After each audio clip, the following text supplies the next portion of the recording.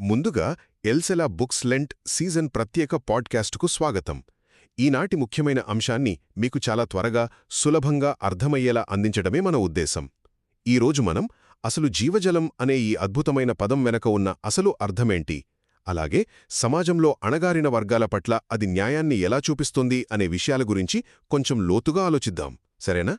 ఇక్కడ మనం 3 ముఖ్యమైన విషయాలు మాట్లాడుకుందాం. మొదటగా చూసుకుంటే, ఎక్సోడస్ సమయంలో ఎడారిలో ఆ ప్రజలకు మామూలు నీరు దొరికింది కదా, కాని అది కేవలం కొద్దిసేపు మాత్రమే వాళ్ల దాహాన్ని తీర్చింది.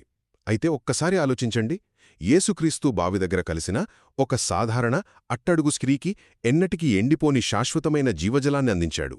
అదొక గొప్ప మార్పు కదా. ఇక రెండవదిగా మనం అర్థం చేసుకోవాల్సిందేంటంటే, దేవుని రాజ్యమనేది కేవలమేదో ఒక సమయానికే పరిమితం కాదు.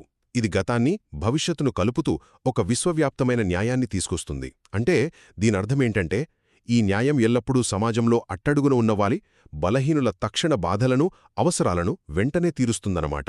చివరిగా మీరు గమనించాల్సిన ఆసక్తికరమైన విషయమేంటంటే, క్రీస్తును నిజంగా గుర్తించి ఆయన రాజ్యపు సందేశాన్ని చాలా త్వరగా స్వీకరించేది ఈ అట్టడుగు వర్గాల వారే. ఈ సందేశం మన చుట్టూ ఉన్నవారికి అండగా నిలుస్తూ మన దైనందిన జీవితంలో న్యాయంగా, ధర్మంగా ఎలా బతకాలో మనకు నేర్పుతుంది.